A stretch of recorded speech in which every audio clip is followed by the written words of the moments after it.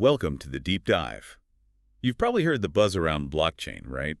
Seen the headlines about Bitcoin and Ethereum. Oh yeah, they really kicked things off. They did. They showed us this glimpse of potential with decentralized systems. But, they also pretty quickly hit a wall. A fundamental challenge, really. Ah, you mean the blockchain trilemma. Exactly that. Yeah, that classic balancing act trying to get decentralization, security, and scalability all at once. Yeah. It's like you push one lever and another one goes down. It really is.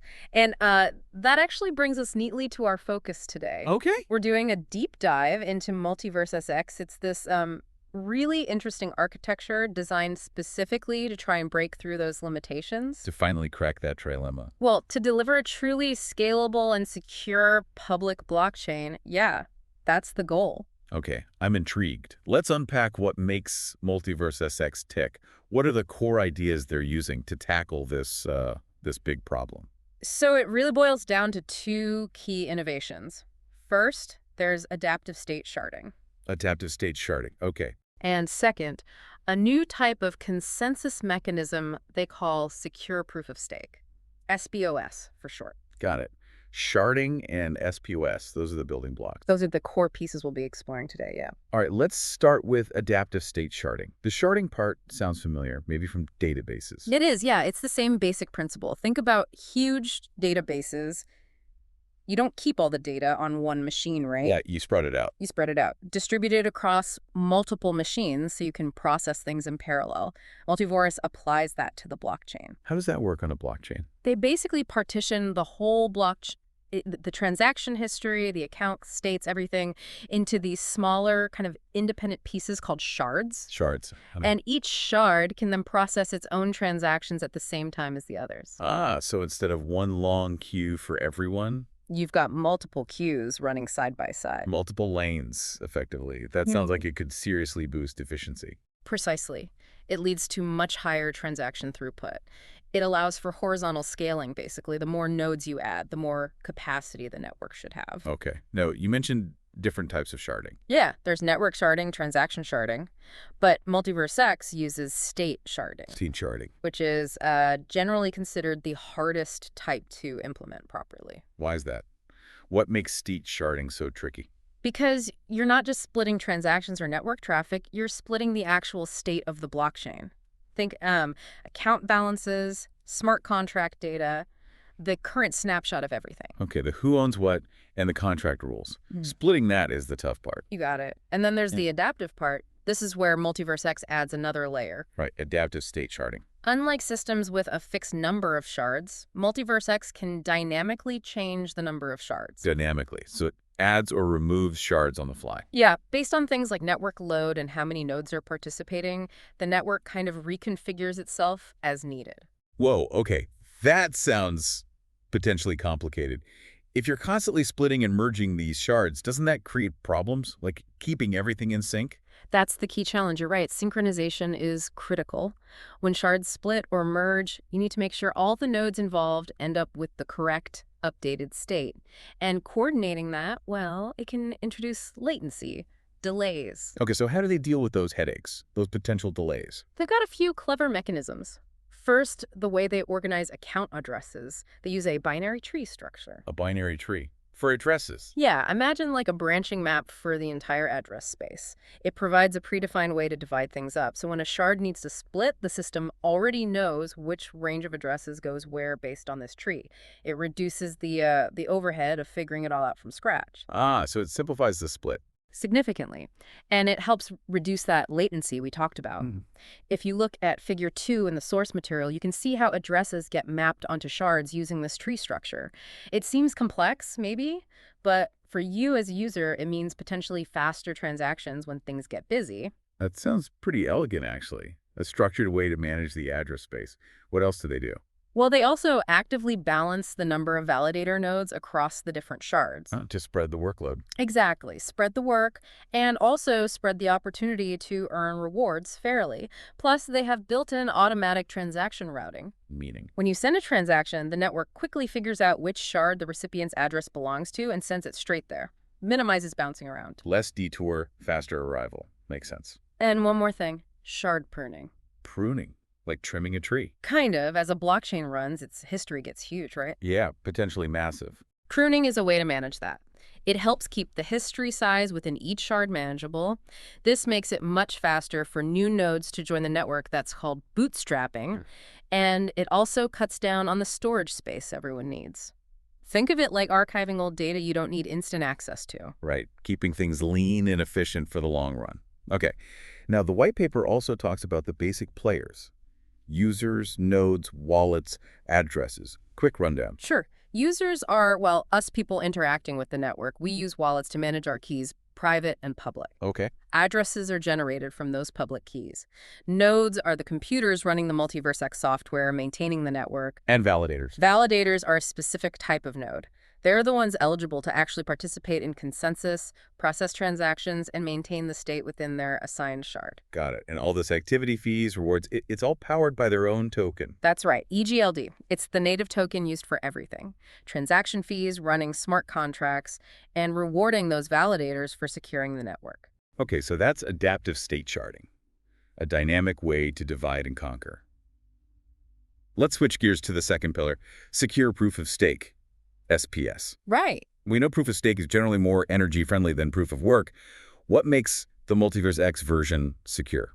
What's special about SPoS? So SPoS builds on ideas from other projects like Algorand that use randomness to select who gets to propose and validate blocks. Okay, randomness is key. But MultiversX made some big improvements, especially in speed. Specifically, how fast they can select the consensus group, that's the block proposer, and the validators, for a given round within a shard. How much faster are we talking?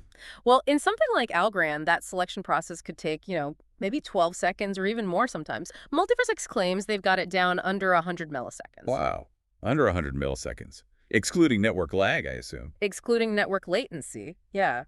But still, that's a massive difference. Orders of magnitude faster. It suggests a much more responsive network. Definitely a potential game changer. How do they achieve that speed? What's the trick? The key is how the group is determined. In MultiversX, every eligible node within a shard can figure out for themselves who the proposer and validators are for the next round, right at the start of the round. They figure it out themselves. How? They use a randomization factor that's stored in the previous block.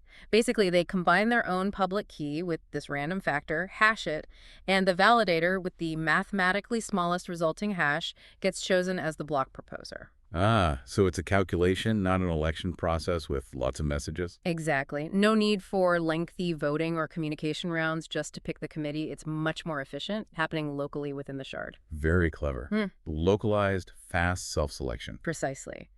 And there's another element to make it secure and encourage good behavior. They use rating. Rating, alongside stake. Yeah. So your chance of being selected isn't just based on how much EGLD you've staked, but also on your historical performance, your rating. So, behaving well increases your chances. It does. This rating gets recalculated regularly, like at the end of each epoch. But if a validator does something malicious and gets slashed. Slashed meaning penalized. Yeah, they lose some stake. If that happens, their rating drops immediately. So it's not just about wealth. Reputation and reliability matter significantly. It pushes validators to act honestly. That makes a lot of sense, incentivizing good behavior directly. Right. And then for the actual signing of blocks, they use a modified BLS multi-signature scheme. BLS signatures, okay. Efficient. Very efficient. It only needs 2 rounds of communication to get the blocks signed by the consensus group. This speed contributes to the overall network performance. And are they trying to formally prove this stuff works? They are. They mentioned pursuing formal verification for critical parts like SPoS. That means using rigorous math to prove the algorithms are correct and secure. It adds another layer of confidence. Okay, that sounds like a really solid foundation for consensus, fast, efficient, and with built-in incentives for security. Now, maybe we can zoom out a bit. Can you give us the bigger picture of the architecture and how time works in MultiversX? Sure. So you've got the network split into shards. Within each shard, for each round, a consensus group is randomly selected using SPoS. Rounds. How long is a round? Initially, they're set to be about 5 seconds long. These rounds make up larger time periods called epochs. Epochs? And those are... Initially set for 24 hours, so you have these cycles of rounds within epochs. Got it. And how does a new validator join this system? Can anyone just jump in? There's a process. First, you have to lock up the required amount of EGLD stake. Okay, put your stake down. Then, initially, you're put into an unassigned pool. At the start of the next epoch, you get assigned to a waiting list for a particular A shard. waiting list, so you don't start validating immediately. No, you only become an eligible active validator, ready to participate in consensus and earn rewards in the epoch after that. Ah, so there's a delay, like a waiting period over a couple of epochs. Exactly. It's a phased approach, gives the network time to integrate new validators securely without disruption. A gradual onboarding. Makes sense for stability. Okay, let's talk cryptography for a second. The white paper mentions block signing in detail. Why are digital signatures so absolutely critical? Oh, they're fundamental. They guarantee a few key things. Message authentication, proving the block, really came from the claimed validators. Right. Data integrity, ensuring the block hasn't been messed with after it was signed. Okay. And non-repudiation, the signers can't later deny they signed it. Absolutely essential for trust. And MultiversX uses that BLS multi-signature scheme you mentioned for this. That's the one. Based on curve cryptography, specifically the BN256 bilinear group, it's known for being very efficient, especially for aggregating many signatures into one small one. Aggregation. So instead of checking hundreds of signatures, You check one combined signature. Much faster, much less data. and the signing process itself involves a couple of steps. Yeah, they describe practical signing, the communication rounds between the leader and the validators, and then practical verification, which is checking that final aggregated signature against the public keys. Okay. Solid cryptographic underpinning. Now, the big question was sharding. What happens when I want to send funds from my account on shard A to someone on shard B? How do cross-shard transactions work? Great question. This is where another key piece comes in, the metachain. The metachain, like a central shard. Sort of. It's a special shard that doesn't process regular transactions itself, but coordinates and notarizes the work done by the other shards. Let's use the example from Figure 4 and the source is sending from shard 0 to shard 1. Okay. Your transaction starts in your shard 0. It gets processed there and included in a block. Yeah. Now, blocks in MultiversX have a header, but then they contain these smaller things called mini blocks. Mini blocks. Yeah, they're like containers within the block. Some mini blocks hold transactions that stay within shard 0, intershard. Others hold transactions destined for other shards, like our transaction going to shard 1, cross-shard. So my transaction to shard 1 goes into a cross-shard mini block in shard 0's block. Exactly. Then, the header of that block from shard 0, along with the relevant cross-shard mini blocks, gets sent up to the metachain. Okay, up to the coordinator. The metachain receives these headers from all the shards and essentially notarizes them, creating its own meta block. This meta block acts as a proof that shard 0 did indeed process that block containing our cross-shard transaction. So the metachain validates the headers. It notarizes them, yeah. It keeps track of the overall state progression across all shards. Now, shard 1, the destination shard, is watching the metachain. It sees the notarized header from shard 0. It identifies the mini block destined for it, fetches that mini block directly from shard 0 or potentially from archives, verifies it using the metachain's notarization as proof, and then processes the transaction, finally crediting the recipient in shard 1. Wow. Okay, so it's asynchronous, process in sender shard, notarized on metachain, process in receiver shard. You've got it. It's a multi-step dance. But it avoids having every shard wait for every other shard in real time, allowing for that parallel processing. That makes sense. Now, smart contracts, they always add complexity, don't they? Mm-hmm. Especially if you have contracts on different shards that need to talk to each other. Mm-hmm. How does MultiversX handle that? Yeah, that's another classic sharding challenge, especially with correlated contracts where one depends on another across shard boundaries. Some systems might try locking things or moving contract state around, which can really slow things down. So what's MultiversX's approach? Again, asynchronous. Similar logic to the simple value transfer. If you call a function on a smart contract that lives on a different shard, Okay. the initial transaction in your shard basically looks like you're sending value to the smart contract's address on the other shard. The value is deducted, and a cross-shard mini block is created for the destination shard. So step 1 is like sending the payment or fee. Kind of. Then that transaction goes through the metachain notarization, just like before. When the destination shard picks it up, it recognizes the recipient address as a smart contract. So it interprets that incoming transaction not just as a value transfer, but as an instruction to execute a specific function on that contract. Ah, so the destination shard triggers the actual contract execution. Exactly. Now, what if that contract execution needs to send results or trigger actions on other shards? Right, the ripple effect. Then the contract generates what are called smart contract results transactions, SCRs. These SCRs are packaged into new mini blocks addressed to those other target shards, and they follow the same asynchronous path via the metachain. It sounds like a chain reaction managed through these asynchronous messages and mini blocks. It is. It's designed to handle complex interactions without needing system-wide locks or moving entire contracts between shards, which would kill performance. Keeps things flowing, even if the interactions are complex. That's the idea. And importantly for developers, MultiversX is really focused on EVM compatibility. EVM, the Ethereum virtual machine. Right. They have their own MultiversX virtual machine, but it's designed to run smart contracts written for Ethereum, often with little or no change needed. Oh, that's huge. Yeah. That makes it much easier for existing blockchain developers to jump over. It's a massive advantage for building an ecosystem quickly. And this MultiversX VM, it's built using something called the K framework. K framework, what's that? It's a formal system. It allows you to define programming languages with mathematical precision, unambiguously. Okay, why is that important for smart contracts? Two big reasons. First, it reduces ambiguity in how the code behaves.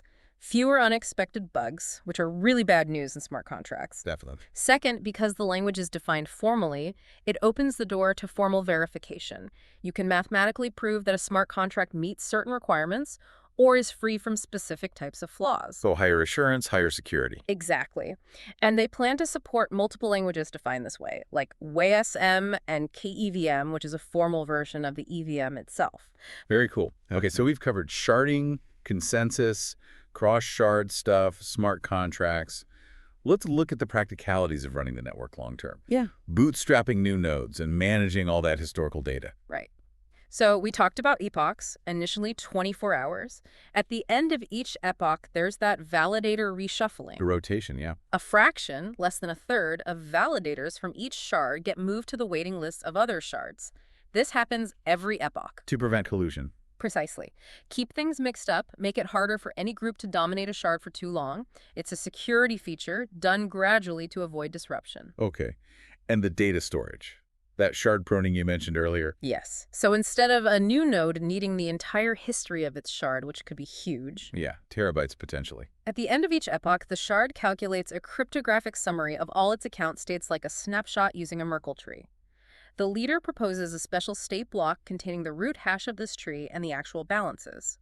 Once that's agreed upon, it becomes the starting point for the next epoch. So nodes only need the latest state block and the history since then. Essentially, yes. They can safely prune or discard the detailed transaction history from much older epochs. This drastically cuts down bootstrapping time for new nodes and reduces storage needs for everyone. It keeps the blockchain from becoming impossibly large over time. A very practical solution to a very real problem. Okay, finally, let's talk security evaluation. It's woven into everything, but how do they holistically ensure this system is secure? Security is definitely a multi-layered approach here. We talked about the randomness source for consensus selection. Right. Needs to be unbiased and unpredictable. They achieve that using BLS signatures on the previous randomness, creating a linked chain that's hard to manipulate. Then there's block finality.